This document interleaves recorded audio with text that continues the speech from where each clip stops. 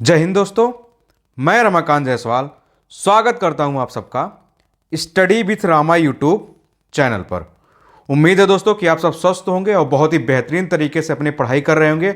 आप जिस भी एग्जाम की तैयारी कर रहे होंगे उसके लिए बहुत ही ज़्यादा मेहनत कर रहे होंगे। आप सबका उद्देश्य होगा कि आप सब अपने एग्जाम के अनुसार जो भी आपका लक्ष्य होगा आप सब वहाँ तक सफल होना चाहते हैं। आप सब जानते हैं दोस्तों कि हम सब क्या पढ़ रहे हैं, हिस्ट्री ऑफ मॉडर्न इंडिया यानी आधुनिक भारत का इतिहास हम सब पढ़ रहे हैं।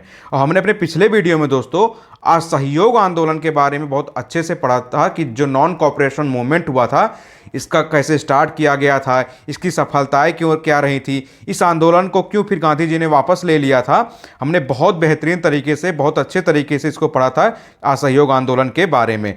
गांधी जी ने कौन सी उपाधि त्याग किया था, जमनालाल बजाज जी ने कौन सी उपाधि त्याग किया था, तो हमने अपने पिछले वीडियो में यहाँ तक के बहुत अच्छे से पढ़ा था। जो बच्चे नियमित वीडियो को देख रहे होंगे, जो नियमित क्लास को देख रहे होंगे, उनको पता है दोस्तों कि ये हमारी मॉडर्न इंडिया की प्लेलिस्ट बनी हुई है आधुनिक भारत के इतिहास का, और एक क्रम से हम चीज़ों को पढ़ते हुए चल रहे हैं। हम कंप्लीट पूरा मॉडर्न हिस्ट्री यानी आधुनिक भारत का इतिहास पढ़ने वाले हैं। जो बच्चे अभी नए चैनल से जुड़े हैं, आप सबसे निवेदन है कि आप चैनल में प्लेलिस्ट में जाके दोस्तों एक क्रम से वीडियो को देखें, तभी आप चीज़ों को कोरिलेट कर पाएंगे, इंटरलिंक कर पाएंगे। क्योंकि आप जानते हैं ना, हिस्ट्री में चेंजेस बहुत महत्वपूर्ण योगदान रखता है। जो कुछ इतिहास में जो परिवर्तन होता है यानी जो चेंजेज होता है वही इतिहास ही है। देखिए इतिहास आप जानते हैं ना, तीन कालखंडों में बटा है, प्राचीन, मध्यकालीन, आधुनिक। तो ये जो परिवर्तन हुआ है ना, उसी से टाइम का जो परिवर्तन हो रहा है, जो टाइम चेंजेस हो रहा है, उसी से इतिहास को बांटा ही गया है। तो आप चीज़ों को एक क्रम से जब देखेंगे, शुरुआत से वीडियो देखेंगे, तो आप चीज़ों को कोरिलेट कर पाएंगे, इंटरलिंक कर पाएंगे। आप देखेंगे कि कैसे चीज़ें क्रमागत रूप से एक के बाद एक बढ़ती गई हैं। तो आप सब बहुत बेहतरीन तरीके से वीडियो को देखें और बहुत अच्छे से सुनने की कोशिश करेंगे। अब चलिए दोस्तों, हम पढ़ने वाले यहीं से हम स्टार्ट करने वाले, जो हमारा महत्वपूर्ण तथ्य रह गया था पिछले वीडियो में, हम यहीं से वीडियो को स्टार्ट करने जा रहे हैं। तो अब आप सब अपना कॉपी पेन उठा लेंगे, चीज़ों को नोट डाउन भी करते चलेंगे और बहुत ही अच्छे से सुनेंगे। तो देखिए दोस्तों, हमारा जो अगला फैक्ट है जो एग्जाम के लिए महत्वपूर्ण है, हम वहाँ से देखते हैं कि क्या क्या क्वेश्चन आपसे बनता है। तो असहयोग आंदोलन को हमने कंप्लीट पढ़ लिया था। तो देखिए दोस्तों, जो हमारा अगला फैक्ट है, एग्जाम में आपसे क्या क्वेश्चन पूछा जाता है आप उसको भी देख लीजिए। देखिए आप सब जानते हैं दोस्तों कि गांधी जी के खिलाफ एक निंदा प्रस्ताव लाया गया था। तो यह किसने लाया था दोस्तों? तो यह लाया था डॉक्टर मुंजे ने।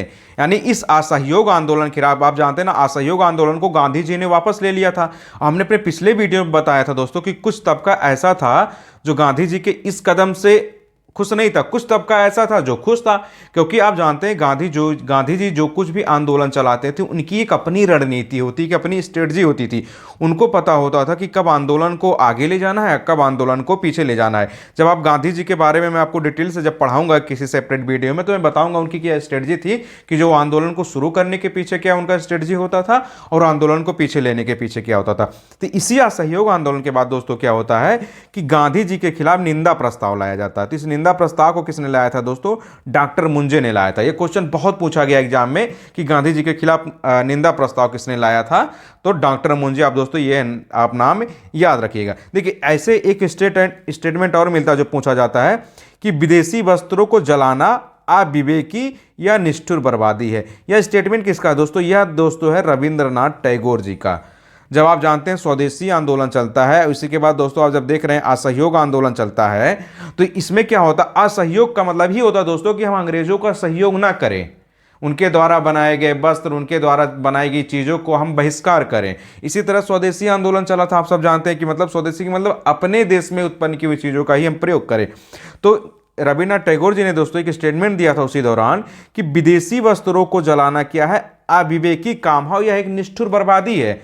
ये रविन्द्रनाथ टैगोर जी का मानना था कि जब जो विदेशी वस्त्रों को जो आप जला रहे हैं, या कोई अच्छा काम नहीं है, मतलब यह एक निष्ठुर बर्बादी, एक तरह से आप धन की बर्बादी ही तो कर रहे हैं। क्योंकि अंग्रेज जो थे वो सामान को तो प्रोड्यूस करके फाइनल गुड्स बना के लेके आ ही गए हैं, हम जाएंगे कहाँ? तो हमें विरोध करना है उनकी नीतियों का, हमें देश को आज़ाद कराना। तो इस तरह का स्टेटमेंट पूछ लिया जाता है दोस्तों कि रविन्द्रनाथ टैगोर जी का स्टेटमेंट क्या था कि विदेशी वस्त्रों को जलाना अविवेकी या निष्ठुर बर्बादी है। तो आप ये स्टेटमेंट बहुत अच्छे से याद रखेंगे और कई बार एग्जाम में क्वेश्चन ऐसे घूम फिर के आते रहते हैं, तो आप चीज़ों को जब 2-3 बार पढ़ेंगे तो आपको खुद याद हो जाएगा। अब देखिए दोस्तों, उस समय कुछ कॉलेजेस थी, कुछ यूनिवर्सिटियां थी जो जिनका स्थापना हुआ था, इनसे भी बहुत बड़ी मात्रा में क्वेश्चन पूछा जाता है, तो आप उसको भी देख लीजिए। तो आप जानते हैं दोस्तों, देखिए हम सबसे पहले बात करते हैं बीएचयू की, यानी बनारस हिंदू विश्वविद्यालय की। इसकी स्थापना कब हुई थी दोस्तों? 1916 में हुई थी, यानी 1906 में हुई, 16 में हुई थी। तो अगर आपसे पूछा जाए दोस्तों बीएचयू, आप सब जानते हैं बीएचयू के बारे में, यानी बनारस हिंदू यूनिवर्सिटी, यानी बनारस हिंदू विश्वविद्यालय, इसकी स्थापना कब होती है दोस्तों? ये क्वेश्चन बहुत पूछा गया है। तो इसकी स्थापना होती है 1916 में, 1916 में। तो आप इसको अच्छे से याद रखेंगे। इसी तरह हम बात करते हैं दोस्तों, ये आप दो विश्वविद्यालय और देखिए एक ही सन में स्थापित हुए थे। 1920 में दोस्तों क्या होता है, देखिए गुजरात विद्यापीठ की स्थापना होती है अहमदाबाद में, और 1920 में ही दोस्तों जामिया मिलिया इस्लामिया की स्थापना होती है अलीगढ़ में। बाद में इसको कहां ट्रांसफर कर दिया जाता है? दिल्ली में। तो आप ये दोनों फैक्ट याद रखिएगा दोस्तों। क्या होता है आगे चल के 1920 यानी 1920 में आप देखेंगे क्या होता है, गुजरात विद्यापीठ की स्थापना की जाती है। तो अगर आपसे पूछा जाए कि गुजरात विद्यापीठ की स्थापना कब हुई थी, तो वह 1920 में हुई थी। इसी तरह दोस्तों अगर बात की जाए कि जामिया मिलिया इस्लामिया की स्थापना कब हुई थी, तो यह 1920 में हुई थी। तो आप देखेंगे जामिया मिलिया इस्लामिया की जब स्थापना की गई थी दोस्तों, तो अलीगढ़ में की गई थी। अलीगढ़ जानते ना आप सबकी उत्तर प्रदेश में पड़ता है। जिन लोगों को ना पता हो दोस्तों, आप याद रखेंगे कि अलीगढ़ जो है उत्तर प्रदेश में पड़ता है। तो जामिया मिलिया इस्लामिया की जो स्थापना की गई थी वो अलीगढ़ में की गई थी। बाद में दोस्तों इसको दिल्ली में ट्रांसफर कर दिया जाता। तो आप देखेंगे आज के समय में अगर हम देखेंगे तो जामिया मिलिया इस्लामिया कहां पे है दोस्तों? दिल्ली में, जो कि बेहतरीन यूनिवर्सिटी है। इसी तरह दोस्तों जो बीएचयू है इसकी स्थापना 1916 में हुई थी, या कहां पे है दोस्तों? या वाराणसी में है। तो आप इसको भी याद रखेंगे। गुजरात विद्यापीठ कहां पे है दोस्तों? तो यह अहमदाबाद है। आप इसको भी याद रखेंगे। तो जामिया मिलिया इस्लामिया और गुजरात विद्यापीठ, यह दोनों दोस्तों 1920 में यानी 1920 में स्थापित हुई थी। और दोनों का प्लेस भी याद रखेंगे, पहले कहां था। अब हम बात करते हैं दोस्तों इसी तरह काशी विद्यापीठ की। तो देखिए काशी विद्यापीठ की स्थापना कहां होती है दोस्तों? वह होती है बनारस में 1921 में, यानी 1921 में। तो आप देखिए यहां दो नाम आप याद रखेंगे, कंफ्यूजन मत करिएगा। एक है बीएचयू यानी बनारस हिंदू विश्वविद्यालय। अगर ऐसे डायरेक्ट आता लाइन लिख के कि बीएचयू यानी बनारस हिंदू यूनिवर्सिटी की स्थापना कब हुई थी, तो वह हुई थी 1916 में, 1916 में। कहाँ हुई थी? बनारस में। लेकिन अगर नाम ऐसे लिख के आता कि काशी विद्यापीठ, आप याद रखेंगे दोस्तों, यहां बात किया जा रहा है काशी विद्यापीठ की। तो काशी विद्यापीठ की स्थापना कब हुई थी दोस्तों? 1921 में हुई थी, यानी 1921 में हुई थी। तो आप एक गलती नहीं करेंगे। आप सारे इस यूनिवर्सिटियों, इस कॉलेजों का आप याद रखेंगे कि कब कब स्थापना की गई थी और कहां कहां पर ये है। क्योंकि इस तरह के क्वेश्चन जानते हैं क्या होता है, मैचिंग वाले क्वेश्चन अक्सर दे दिया जाता है। आपको मैचिंग वाले में दे देगा, एक तरफ ईयर दे देगा दोस्तों, इस तरह से एक तरफ ईयर दे देगा और एक तरफ दोस्तों क्या दे देगा, यूनिवर्सिटियों के नाम दे देगा। और आपसे पूछ लेगा कि आप इसको मैच कराइए, तो वहां पर बहुत बड़ी मात्रा में गलती हो जाती है। तो दोस्तों आप ये सारे फैक्ट बहुत अच्छे से याद रखिएगा कि कब किस चीज़ की कहाँ स्थापना हुई थी। और आप सब जानते हैं दोस्तों, हमारा जो हिस्ट्री का लेक्चर है यह सभी एग्जाम के लिए इंपॉर्टेंट है, यानी फॉर ऑल एग्जाम। आप किसी भी एग्जाम की प्रिपरेशन कर रहे हो दोस्तों, चाहे आप वनडे की किसी एग्जाम की प्रिपरेशन कर रहे हो, या आप रेलवे की कर रहे हो, बैंकिंग की कर रहे हो, एसएससी की कर रहे हो, यूपी पीसीएस की तैयारी आप कर रहे हो, या समीक्षा अधिकारी, सहायक समीक्षा अधिकारी, जिसको दोस्तों आरओ बोला जाता है, जिसकी उत्तर प्रदेश में अभी जल्द ही बहुत बड़ी संख्या में वैकेंसी आने वाली है, या आप किसी टेट या सीटेट की तैयारी कर रहे हो, केबीएस की तैयारी कर रहे हो, लगभग हर एक एग्जाम के लिए दोस्तों यह बहुत ही इंपॉर्टेंट लेक्चर, क्योंकि आप जानते हैं हिस्ट्री यानी आधुनिक भारत के इतिहास से बहुत ही बड़ी मात्रा में क्वेश्चन पूछ लिया जाता है, और लगभग हर एक एग्जाम में इतिहास से क्वेश्चन आता ही आता है। और ऐसे क्वेश्चन होते हैं दोस्तों, अगर आप थोड़ी सी मेहनत कर लेंगे तो आपके सही भी जाएंगे। आप जानते हैं आपके सिलेक्शन के लिए हर एक एक क्वेश्चन इंपॉर्टेंट होता है अगर आप सेलेक्ट होना चाहते हैं। तो आप सभी बहुत ही ध्यान से वीडियो को देखा करें और चीज़ों को नोट डाउन करते चलें और अपना रिवीजन चीज़ों का करते रहें। तो आप दोस्तों आप इसको याद रखेंगे कि सारी यूनिवर्सिटियों का 1920 में किसकी हुई थी, 1921 में किसकी हुई थी, आप उसको याद रखें। अब हम दोस्तों देखने वाले स्वराज पार्टी के बारे में, हम इससे को इरेज कर लेते हैं दोस्तों ताकि सुविधा रहे। देखिए अब हम बात करते हैं दोस्तों स्वराज पार्टी की। तो देखिए अगर हम बात करें स्वराज पार्टी की, तो आप जानते हैं इसकी स्थापना कब हुई थी, जनवरी 1923 में। तो अगर आपसे पूछा जाए जो स्वराज पार्टी थी, इस स्वराज पार्टी की स्थापना कब की जाती है, तो आप याद रखेंगे दोस्तों जनवरी 1923 में, यानी 1923 में की गई थी। कब की गई थी, पहले ही महीने में की गई थी, यानी जनवरी में ही की गई थी स्वराज पार्टी की स्थापना। अब बात की जाए इसके संस्थापक कौन थे, तो देखिए इसके संस्थापक थे दोस्तों CR दास और मोतीलाल नेहरू। तो CR दास दोस्तों इसी के अध्यक्ष थे और मोतीलाल नेहरू इसके महासचिव थे। तो अगर आपसे पूछा जाए कि स्वराज पार्टी की स्थापना किसने किया था, इसके संस्थापक कौन थे, तो इसको संस्थापकों में दो नाम आप याद रखेंगे। एक थे दोस्तों CR दास यानी चित्तरंजन दास। दोस्तों CR दास का पूरा नाम है चित्तरंजन दास। तो आप कंफ्यूजन नहीं करेंगे कि CR दास कौन थे। तो देखिए CR दास का पूरा नाम है दोस्तों चित्तरंजन दास। तो CR दास और मोतीलाल नेहरू ही स्वराज पार्टी की संस्थापक थे। अब CR दास दोस्तों इस स्वराज पार्टी के क्या थे, अध्यक्ष थे, और मोतीलाल नेहरू इस स्वराज पार्टी के महासचिव थे। यह भी क्वेश्चन बहुत बड़ी मात्रा में पूछा जा चुका है आपसे। अब हम बात करते हैं दोस्तों इस स्वराज पार्टी के और कौन कौन से नेता थे जो इस स्वराज पार्टी से जुड़े हुए थे। तो देखिए इसके अन्य नेताओं की अगर हम बात करें दोस्तों, तो देखिए श्रीनिवास अयंगर थे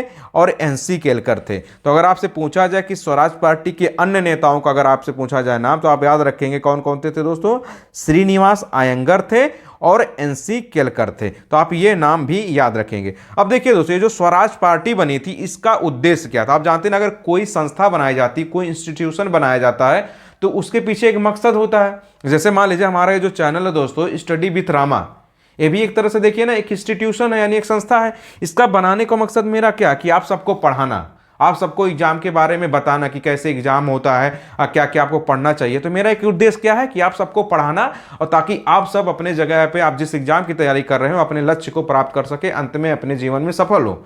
इसी तरह दोस्तों जो पार्टियां बनाई जाती है जैसे स्वराज पार्टी, तो स्वराज पार्टी को बनाने का भी कोई उद्देश्य रहा होगा ना।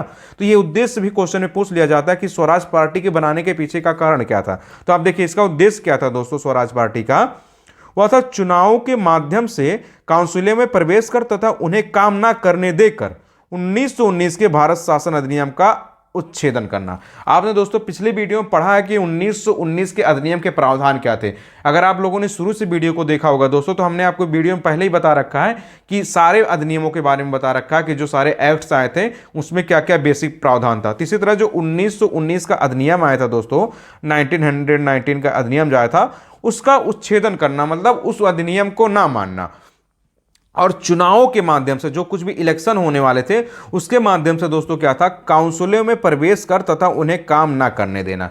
यानी मतलब चुनाव के माध्यम से क्या करें, हम भी दोस्तों उसी काउंसिल में प्रवेश कर जाएं और उसी काउंसिल में प्रवेश करके हम क्या करें, उनको काम ना करने दें। तो यह इसके स्थापना का मुख्य कारण था स्वराज पार्टी का। अब देखते हैं दोस्तों इसकी एक उपलब्धि है जो इसकी एक महत्वपूर्ण उपलब्धि मानी जाती है। देखिए क्या होता है, 1925 में विट्ठल भाई पटेल को सेंट्रल लेजिस्लेटिव असेंबली का अध्यक्ष चुन लिया जाता है। अभी आपने देखा ना दोस्तों कि स्वराज पार्टी का उद्देश्य क्या था, उद्देश्य यही तो था ना दोस्तों कि चुनाव के माध्यम से काउंसिल में प्रवेश कर लेना, उसके बाद अंग्रेजों को यानी ब्रिटिश सरकार को काम ना करने देना।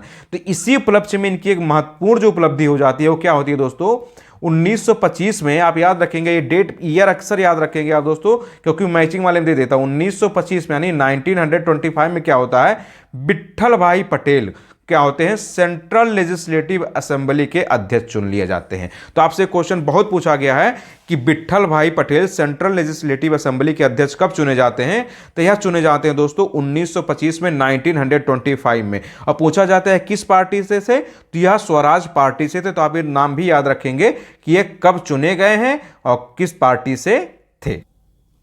तो आप इसको याद रखेंगे दोस्तों कि जो विट्ठल भाई पटेल जी थे वो क्या थे, 1925 में central legislative assembly Swaraj party. आप ऐसे चीजों को नोट डाउन करते चलेंगे। देखिए आज जब 2-3 बार पढ़ लेंगे ना चीजों को आप, तो अब आपको नोट्स भी बनाने का तरीका पता चल जाएगा। आप प्रैक्टिस करेंगे, रिवाइज करेंगे तो अपने आप चीजें, देखिए एक समय लगता है दोस्तों, सब कुछ अपने आप नहीं हो जाता है। आप जब करते रहेंगे ना, करते रहेंगे तो आपको खुद चीजें समझ में आती रहेंगी। बस आपको क्या ईमानदारी से पढ़ाई करना है, अपने एग्जाम के सिलेबस के अकॉर्डिंग आपको चीजों को लेके चलना है। अब हम दोस्तों देखते हैं चित्तरंजन दास जी के बारे में और मोतीलाल नेहरू जी के बारे में कुछ फैक्ट दिया गया है, उसको भी हम देख लेते हैं कि क्या है। देखिए अब हम बात करते हैं दोस्तों चित्तरंजन दास की। तो देखिए इनकी उपाधि क्या थी, देशबंधु।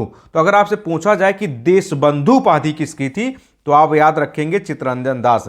तो देखिए इस तरह की जो उपाधियां होती है ना, ये अक्सर आप याद रखेंगे क्योंकि एग्जाम इस तरह के क्वेश्चन पूछ लिया जाता है और वहां पर गलतियां हो जाती हैं। तो अगर आपसे पूछा जाए कि देशमुख दोस्तों, देशमुख उपाधि किसी और की थी, आप इसको नहीं, देशमुख नहीं मतलब देशबंधु। अगर हम बात करें देशबंधु की उपाधि किसकी थी दोस्तों, तो वह उपाधि होती है चित्तरंजन दास की। आप जानते हो कि महाराष्ट्र वाले रीजन में ज्यादातर देशमुख मिलता है, जैसे मेरे यहाँ जो अभी आ गया जैसे रितेश देशमुख दोस्तों, आप जानते हो एक अभिनेता है, तो महाराष्ट्र वाले रीजन में ज्यादातर देशमुख मिलते हैं। तो उसी तरह दोस्तों ये जो देशबंधु, यहाँ बात की कि देशबंधु, तो देशबंधु उपाधि किसकी दोस्तों है, वह है चित्तरंजन दास की। तो आप याद रखेंगे क्वेश्चन पूछा भी जा चुका है कि देशबंधु किसकी उपाधि थी, तो यह थी चित्तरंजन दास की। अब हम बात करते हैं दोस्तों क्या हुआ था, इन्होंने इंग्लैंड से वकालत की अपनी पढ़ाई की थी। आप जानते हैं चित्तरंजन दास जी भी क्या थे, एक एडवोकेट थे, यानी एक बैरिस्टर से थे, और इन्होंने वकालत की पढ़ाई कहाँ से की थी दोस्तों, तो इंग्लैंड से की थी।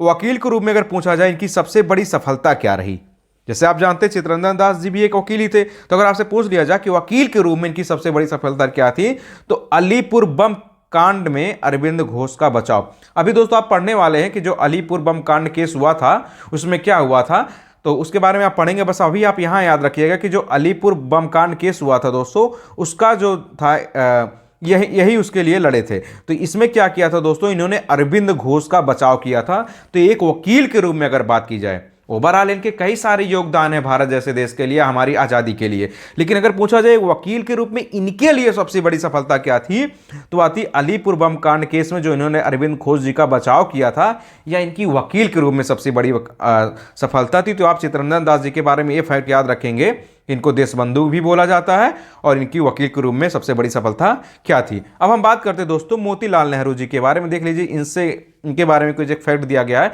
जो कि क्वेश्चन पूछा जा चुका है, तो इसलिए फैक्ट आप याद रखेंगे। देखिए 16 दिसंबर 1922 को दोस्तों इंडिपेंडेंट पार्टी बनाने का निर्णय लिया मदन मोहन मालवीय जी के साथ। क्या होता है दोस्तों, एक क्वेश्चन पूछा जाता है कि इंडिपेंडेंट पार्टी बनाने का निर्णय मदन मोहन मालवीय जी के साथ किसने लिया था, तो यह लिया था दोस्तों मोतीलाल नेहरू ने। इस तरह का दोस्तों पीएससी के एग्जाम में पूछा जा चुका है। जो लोक सेवा आयोग के जो एग्जाम होते हैं अलग अलग राज्यों के, जैसे राजस्थान लोक सेवा आयोग, उत्तर प्रदेश लोक सेवा आयोग, मध्य प्रदेश लोक सेवा आयोग, जिससे दोस्तों आप सब जानते हैं एसडीएम तहसीलदार नायब तहसीलदार बनते हैं। तो उस तरह के एग्जामों में इस तरह के क्वेश्चन पूछे जा चुके हैं कि जो स्टेटमेंट ही ऐसे दे दिया गया था दोस्तों कि इंडिपेंडेंट पार्टी बनाने का निर्णय मदन मोहन मालवीय जी के साथ किसने लिया था, तो यह लिया था दोस्तों मोतीलाल नेहरू ने। तो आप ये फैक्ट भी याद रखेंगे चित्तरंजन दास जी के बारे में और मोतीलाल नेहरू के बारे में कि क्या क्या इंपॉर्टेंट चीजें हैं और क्या क्या क्वेश्चन आपसे एग्जाम में पूछे जा सकते हैं। अब हम दोस्तों इसके बाद पढ़ने वाले हैं साइमन कमीशन के बारे में। यह भी बहुत ही इंपॉर्टेंट है साइमन कमीशन, भर भर के क्वेश्चन इस एग्जामों में आप देखेंगे रिपीट करके पूछा जाता है। तो आप इसको पढ़ लीजिए कि साइमन कमीशन के बारे में क्या क्या क्वेश्चन बन सकता है। तो देखिए दोस्तों साइमन कमीशन की अगर हम बात करें तो 1927 यानी 1927, इससे पहले आप ये याद रखिए कि साइमन कमीशन 1927 से पहले आप देखिए कि साइमन कमीशन के गठन करने का प्रावधान क्या था, यानी इस साइमन कमीशन को क्यों गठित किया गया था, अंग्रेजों ने क्यों इसको गठित किया। तो आप पहले इस फैक्ट को देख लीजिए ताकि आपके लिए थोड़ा आसानी रहे। तो देखिए अगर हम बात करते हैं दोस्तों साइमन कमीशन के गठन के प्रावधान की, तो देखिए दोस्तों 1919 के का जो मॉन्टेग्यू चेम्सफोर्ड अधिनियम आया था दोस्तों, आप सब जानते हैं 1919 का जो अधिनियम आया था उसी को बोला जाता है मॉन्टेग्यू चेम्सफोर्ड सुधार। तो यह जो 1919 का अधिनियम आया था दोस्तों, उसकी क्या कही गई थी, 10 वर्ष पर इसकी समीक्षा है तो एक संवैधानिक आयोग के गठन करने की बात की गई थी। आप इसका बैकग्राउंड ऐसे याद करिए दोस्तों कि हम इसको सिंपली में आपको बता दे रहे हैं कि देखिए साइमन कमीशन जो आया था, इस साइमन कमीशन को गठन करने के पीछे का कारण क्या। तो देखिए आप सबने पढ़ा दोस्तों 1919 का जो एक्ट आया था, यानी 1919 का जो एक्ट आया था उसी को दोस्तों क्या बोला जाता है, मॉन्टेग्यू चेम्सफोर्ड सुधार अधिनियम। आप सबने पिछले वीडियो में इसको पढ़ा है, जिन लोगों ने नहीं पढ़ा दोस्तों तो जाके अपना प्लेलिस्ट में देख लेंगे, सारे अधिनियमों के बारे में पढ़ाया जा चुका है आपको। तो 1919 का जो अधिनियम आया था दोस्तों, उसमें एक प्रावधान किया गया था कि इस अधिनियम की 10 वर्ष पर समीक्षा की जाएगी। तो 10 वर्ष का मतलब क्या हो जाता है दोस्तों, 1929। इसका मतलब ये हुआ ना कि उसमें बात की गई थी कि 10 वर्ष पर इसकी समीक्षा की जाएगी और इसकी समीक्षा के लिए एक आयोग बनाया जाएगा। तो क्या होता है दोस्तों, 10 वर्ष पूरा करने से पहले ही अंग्रेजों ने क्या किया, 2 साल पहले ही 1927 में इसकी समीक्षा के लिए एक कमेटी का गठन कर देते हैं। इसी कमेटी को ही आगे चल के दोस्तों साइमन कमीशन बोला जाता है। तो आप याद रखेंगे कि साइमन कमीशन के गठन के पीछे का कारण क्या था। तो आप उम्मीद है दोस्तों इसको आप समझ गए होंगे कि इसके गठन के पीछे का प्रावधान क्या था। 1919 का जो एक्ट आया था उसी की समीक्षा के लिए दोस्तों एक कमेटी बनाई जानी थी। तो उस कमेटी के रूप में क्या होता दोस्तों, साइमन कमीशन का गठन कर दिया जाता है। अब हम देखते हैं इसकी नियुक्ति के बारे में पढ़ते। देखिए, नवंबर 1927 में इसकी नियुक्ति होती है। तो आप पहली बात ये याद रखेंगे, इससे पूछा जाता है कि साइमन कमीशन का गठन कब हुआ था, तो ये याद रखेंगे नवंबर 1927 में, यानी नवंबर 1927 में। और इसका जब गठन हुआ था दोस्तों, तो उस समय ब्रिटिश प्रधानमंत्री कौन थे, स्टैनली बाल्डविन। तो आप ये नाम बहुत इंपॉर्टेंट है, याद रखेंगे दोस्तों। देखिए इनका नाम भी थोड़ा कठिन है, तो आप ऐसे याद रखेंगे। अगर पूछा जाए कि साइमन कमीशन के समय ब्रिटिश प्रधानमंत्री कौन थे, तो आप ऐसे इनका नाम टुकड़ों में याद कर ले। सबसे पहले स्टैनली, स्टैनली के बाद दोस्तों क्या होता है, बाल्डविन। तो आप इनका नाम ऐसे याद रखेंगे कि जो साइमन कमीशन के दौरान ब्रिटिश प्रधानमंत्री कौन थे, स्टैनली बाल्डविन। या पूछा भी गया क्वेश्चन कि जब 1927 में साइमन कमीशन का गठन हुआ था तो उस समय ब्रिटेन के प्रधानमंत्री कौन थे, तो स्टैनली बाल्डविन। आप इसको 2-3 बार लिखेंगे और 2-3 बार जब आप इसका उच्चारण करेंगे, खुद पढ़ेंगे, तो आपको याद हो जाएगा कि स्टैनली बाल्डविन दोस्तों उस समय क्या थे, ब्रिटेन के प्रधानमंत्री थे। तो इसी को दोस्तों ये जो साइमन कमीशन था, इसको क्या बोला जाता है, भारतीय सांविधिक आयोग।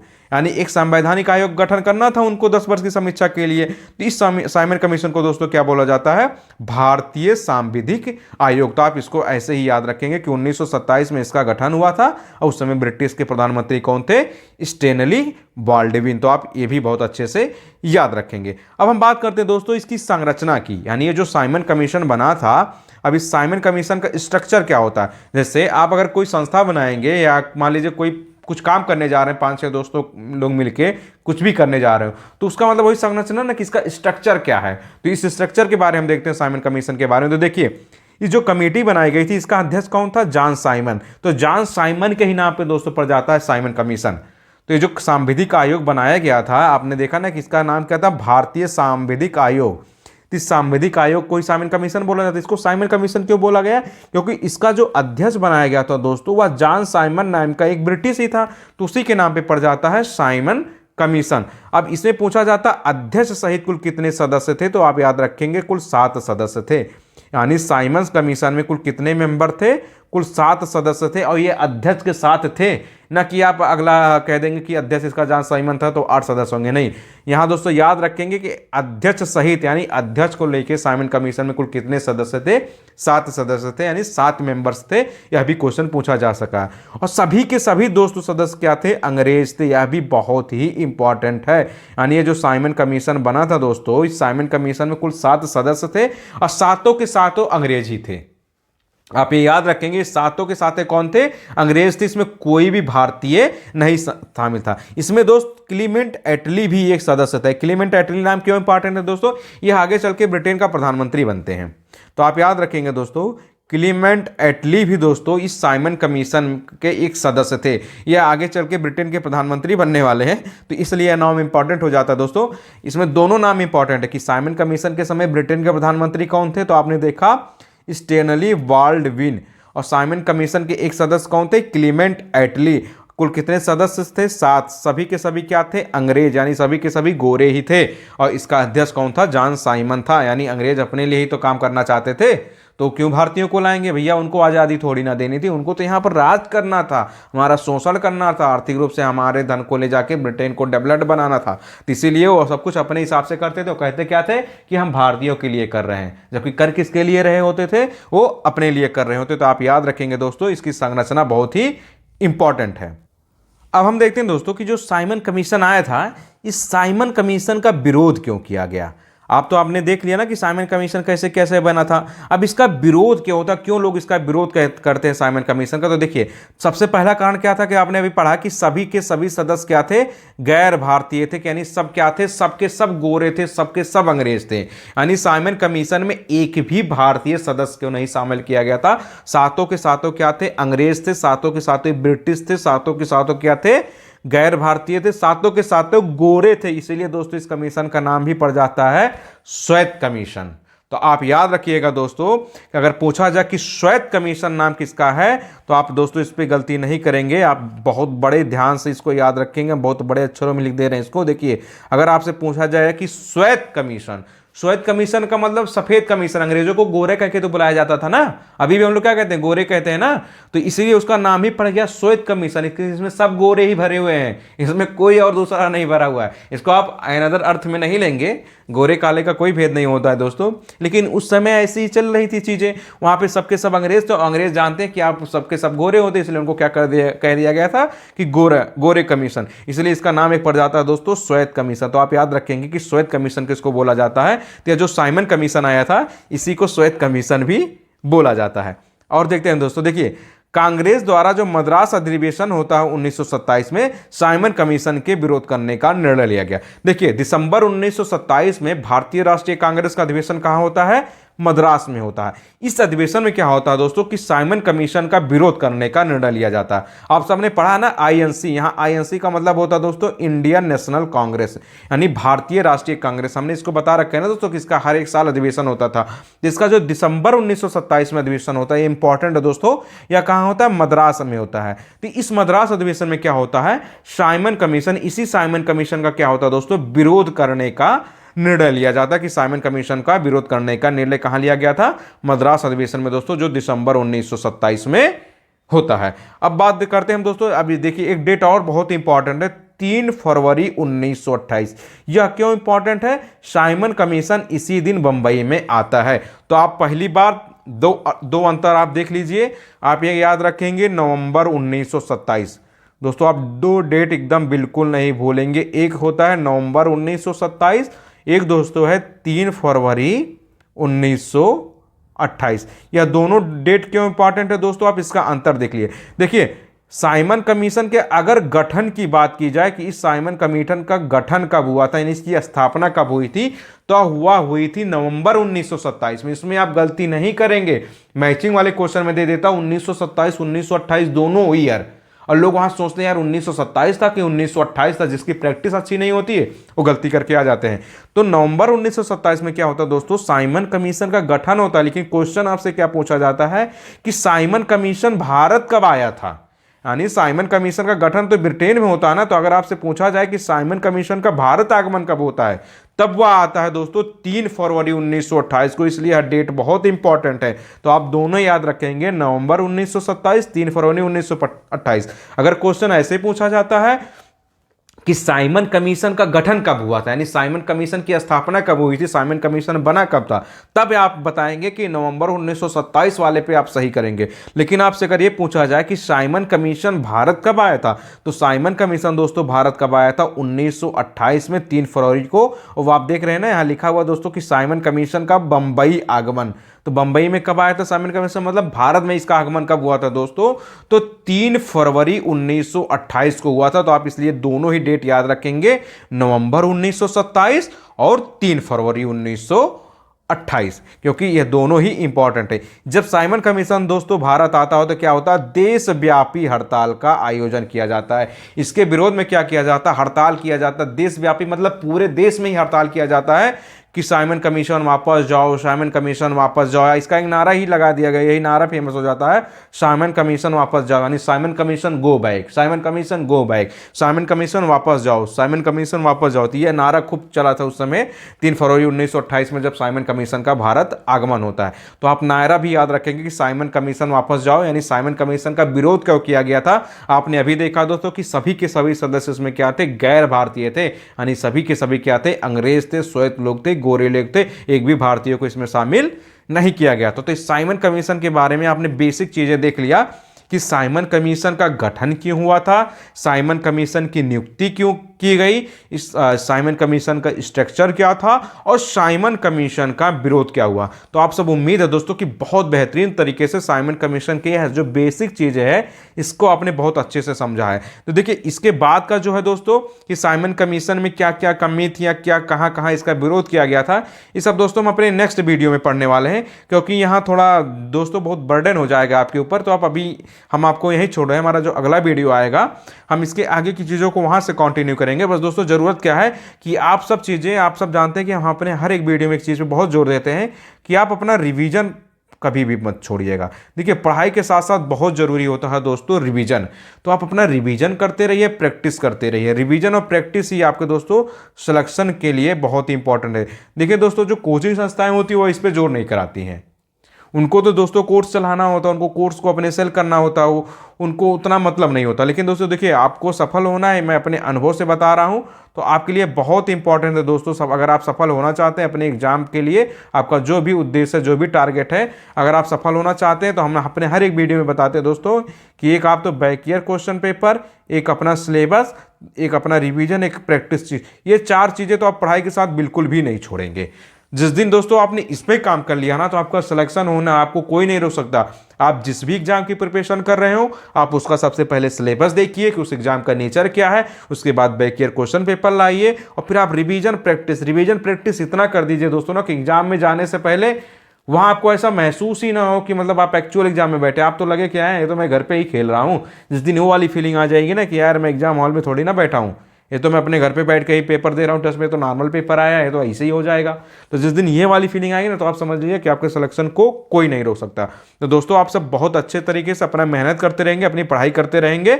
बस आप सबसे एक छोटा सा निवेदन है दोस्तों कि आप हमारे YouTube channel study with Rama, इस यूट्यूब चैनल को दोस्तों आप क्या कर देंगे, सब्सक्राइब कर लेंगे और इसको अपने दोस्तों तक शेयर कर देंगे। आप जानते हैं दोस्तों, जो भी आपके फ्रेंड सर्किल में किसी भी कंपटीशन की तैयारी कर रहे हो, किसी भी प्रतियोगी परीक्षा की तैयारी कर रहे हो, तो आप क्या करेंगे दोस्तों, उन तक यह वीडियो शेयर कर देंगे ताकि उनको भी अपनी तैयारी के लिए मजबूती मिल सके। दोस्तों, हमारे भी मोटिवेशन का एक जरिया होता है कि हम इतने लोगों से जुड़े हुए हैं, इतने लोगों के लिए मैं कुछ अच्छा काम कर रहा हूँ, कुछ पढ़ा रहा हूँ, कुछ लोगों का भला हो रहा है, कुछ लोग अपने जीवन में सेलेक्ट होंगे, कहीं पहुंचेंगे जहां उनका उद्देश्य होगा। तो आप सब दोस्तों बहुत बहुत धन्यवाद आपका वीडियो देखने के लिए। मिलते हैं नेक्स्ट वीडियो में। चलिए दोस्तों, फिर आप पढ़ते रहिए, स्वस्थ रहिए। जय हिंद माय डियर फ्रेंड।